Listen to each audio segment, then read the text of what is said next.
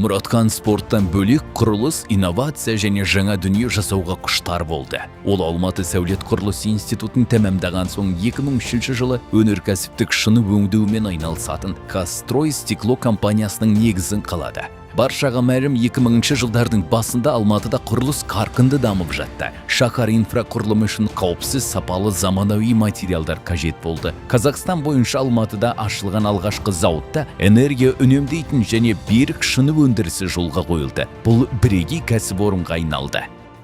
До появления компании «Казстрой стекло» в Казахстане это было, полностью импорт. В основном, не особого качества продукция, стеклопакеты и стекольная продукция из Турции, из Китая и так далее, из третьих стран. Я считаю, что мы программу импортозамещения тоже начали решать. Конечно же, производство – это постоянное развитие. Тем более стекольное производство – это высокотехнологичное, инновационное производство. И, как я всегда говорю, 3 круга. Концепция 3 кругов компании «Казстрой стекло», которая включает в себя: первое – это безопасность, второе – это энергоэффективность, и третье – это экология, экологичность. Все наши продукты отвечают всем этим требованиям. У нас есть своя философия, своя миссия компании, цели. Мұратхан Тоқмәди кірпішін қалаған кәсіпорын өнімдері Алматыдағы заманауи зәулім сарайлардың құрылысына қолданылды. Атап айтқанда метрополитен, Мега Алматы және Мега 2, Достық Плаза, Нұрлытау және Рахат Тауэрс бизнес орталықтары, Алматы арена және Халық арена мұз сарайлары, қысқы универсиада 2017 нысандары, соның ішінде шаңғы трамплиндер кешені, бокс академиясы, Қуыршақ театры, Бәйкен мешіті, Эвти Плаза, Мақам қонақ үйі, Мерседес және Hyundai орталықтары, Республика сарайын қайта жаңғырту мен Есентай кешені сияқты ірі нысандарды әйнекпен қамтыды. Муратхан Шахирханович, он был именно основателем стекольной промышленности в Казахстане. Это самый первый, самый крупный завод в Казахстане, в Алмате, «Казстрой стекло». И все, что появлялось на рынке остекления новое, именно «Казстрой стекло» представляло на казахстанском рынке все эти новые технологии. Берік әрі қауіпсіз шыны жасау үшін материал күрделі өндірістік өңдеуден өтуі тиіс. Алдымен шынықтыру, күшейту, жүктемеге, температураға және пайдалану шарттарына дәл бейімдеу керек. Дәл осы үдеріс қарапайым күлшеренген шыныны ірі нысандарға арналған заманауи сәулеттік материалға айналдырады. Мұндай сапа ғимараттардың сыртқы қасбетіне де, адамдардың қауіпсіздігіне де, энергия тиімділігіне де оң әсер етеді. Қазақстанның климатын ескерсек, бұл заманауи шешім екені сөзсіз. Более 70% тепла в зданиях происходит, потери через окна происходят. Второе – это некачественное остекление. Обычно, допустим, неэнергосберегающее стекло, стеклопакеты ставятся, и как проходило через потери тепла в зданиях, так и проходит. Это зимой. Значит, это деньги, которые мы тратим на отопление. Да, деньги тратятся, которые просто, можно сказать, бесполезно обогрев улицы. Мы проводили несколько исследований, когда в Астане было минус 20 градусов мороза, а температура возле окна – тепловизионная съемка. То есть это рентгеновский снимок здания, который показывает, насколько здание энергоэффективности соответствует. И вот несколько зданий, когда мы сфотографировали и показали это главе государства, возле здания было плюс, на улице минус 20, а возле окна было плюс 5. Что это? Это значит, бесполезно обогревается уличная атмосфера. То есть мы топим нещадно, лишь бы в зданиях было тепло, а никто не смотрит на энергоэффективность, да? Конечно, энергосберегающее стекло, обработанное закаленное стекло, вот эти сейчас стекла, которые сейчас вот ставят, да, оно, вот, представляете, вот, не дай бог, землетрясение, да, или будет тоже авария, или там что-то еще, там, оно ломается на большие куски стекла. Человека может убить, порезать. А у нас, мы стеклили даже вот стекла все, они закаленные. Она на мелкие кусочки, вот как триплекс, вот это триплекс, да, там еще аргон энергосберегающий, а без аргона это триплекс. На мелкие части, вот как лобовое стекло. Перегородки, вот, кстати, в мегацентре, все вот бутики, перегородки, это наше производство, мы это ставили.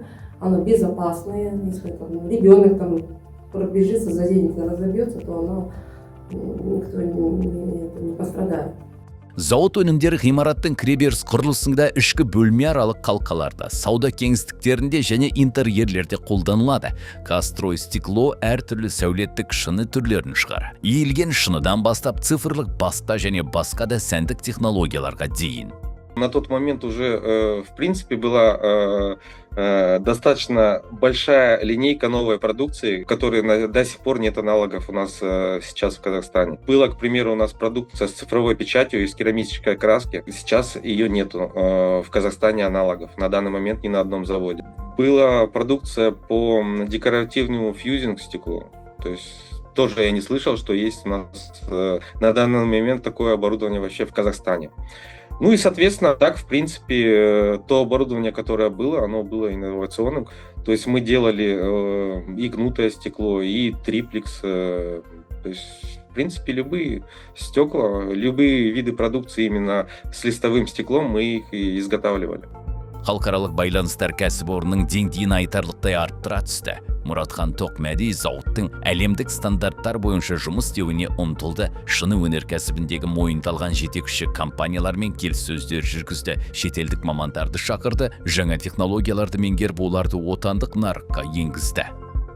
Шыны өңдеу зауытын Қазақстанда сол кезде ашу үшін Мұратхан Шакирханұлы дүниежүзілік мықты брендтер, мировой брендтермен тікелей келісім шарт жасап, сол, яғни Guardian производитель листового стекла, Pilkington производитель листового стекла, EGC, Asahi Glass, осы компанияларды Қазақстанға кіруіне тікелей ықпалын тигізген кісілердің бірі. Ал бұндаймен айналысатын мамандар бізде Қазақстанда өте кемде кем еді. И соған қарамастан Мұратхан Тоқмәди сондай команданы жинап, мамандарды тартқызып, шетелден мамандар әкеліп, оларды оқытқызып, және де сол жерде лаборатория ашып, жақсы стендтер қойып, что олардың преимуществосын көрсететіндей көптеген әрекеттер жасады.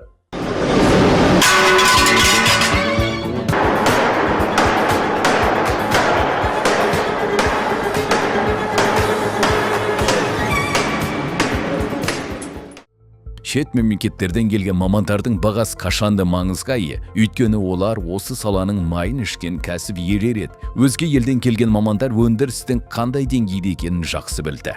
Я на тесты возил к нему технологов из Бельгии, из Америки, и они поражались. Они говорили, что такого включенного человека и такого интересующегося, и человека, который фактически с нуля создал, на мой взгляд, лучшую стекольную компанию в Казахстане, такого они очень редко видели и в Америке, и в Европе, и везде. И это человек, который всегда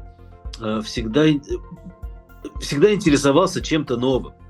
Мы делали, значит, с ним вот эти прослойки. Потом мы начали делать с ним еще, испытывать покрытие для пулестойкого стекла.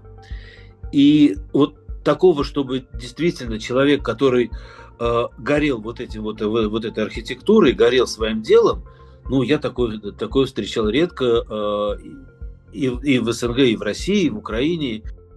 2008 жылы Казстрой стекло компаниясы Қазақстандағы сапа мен инновация үшін берілетін ең жоғарғы марапат бірінші президенттің алтын сапа сыйлығының лауреаты атанды. Зауыт Қазақстан Республикасындағы үздік өндірістік кәсіпорын номинациясы бойынша марапатталды.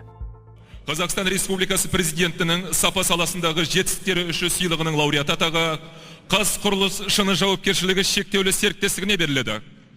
И на сцену поднимается генеральный директор ТО «Казстройстекло» Тоқмәди Мұратхан Шакирханұлы.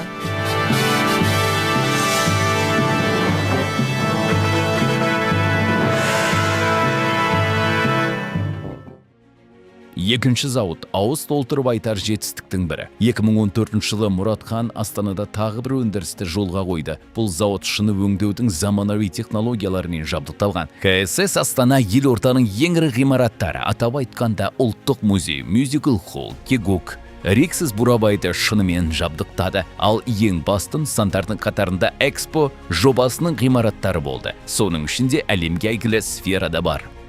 Когда готовились мы к Экспо, тоже у Мұратхана были большие планы, и вот проекты, мы уже ознакомлены были с проектами, что вот основной павильон казахстанский в виде шара стеклянного, он специально покупает оборудование, которое гнет стекло. Осваиваем эту технологию, и, в общем, этот шар строила опять турецкая компания. И когда связали металлокаркас сверху, у них образовался 30-40% бой стекла. Стекло лопнуло по шару. А сроков-то остается всего там 1,5 месяца до этого экспо. Обращаются к нам, целая делегация на крыльце завода. Пожалуйста, помогите. Он берется за это дело, организовывает работу, посменно работали, круглыми сутками завод работал. В общем, сделали вовремя этот объем. Выполнили этот объем вовремя.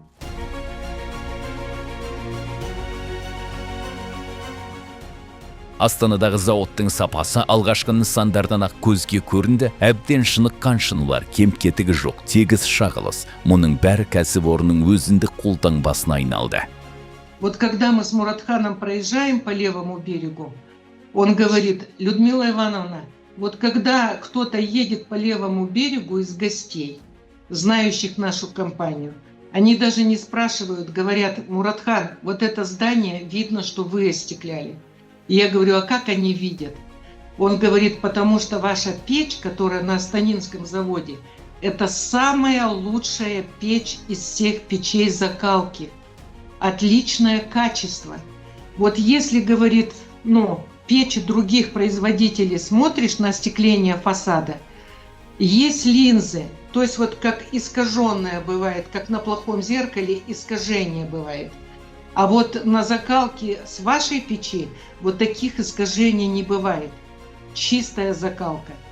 Кәсіпорын өнімдері елдің өзге аймақтарымен қоса алыс жақын шетелдерге жеткізілді. Айталық Қызылордадағы Байқоңыр БО, Атыраудағы Шағала қонақ үйі, Тараздағы спорт сарайы мен облыстық спорт ғимараты, сондай-ақ Бішкектегі Газпром және Дамас қонақ үйі келбетін отандық өнім айшықтай түсті. Осылайша Казстрой стекло компаниясы шамамен 2,5 миллион шаршы метр қасбеттерді, терезелер мен аралық қабырғаларды әйнектеп, елдің өнеркәсіптік тарихының бір бөлігіне айналды. И я горжусь тем, что мы были первой компанией и остаемся лидером в этой отрасли. А что требуется от лидера?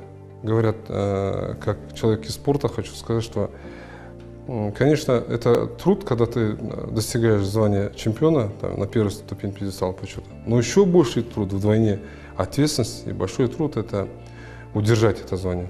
Поэтому вот эта ответственность перед потребителем, ответственность перед страной, наверное, перед партнерами, она двигает все время вперед. С моей точки зрения, Муратхан, безусловно, человек, которым Казахстан должен гордиться. Понимаете, это вот таких людей да побольше, и в стране было бы счастье. Отан алдындағы еңбек үшін Муратхан Тоқмәди құрмет және Бауыржан Момышұлы ордендерімен марапатталды. Бірақ әрбір үлкен жетістіктің артында тек идея мен ниет қана емес, қайсар мінезде тұрады. Жұмысқа деген жігер, команданы ұршықша иіріп жинай білу, істі нәтижеге дейін жеткізе білу қабілеті. Ал ол туралы келесі бөлімде айтамыз.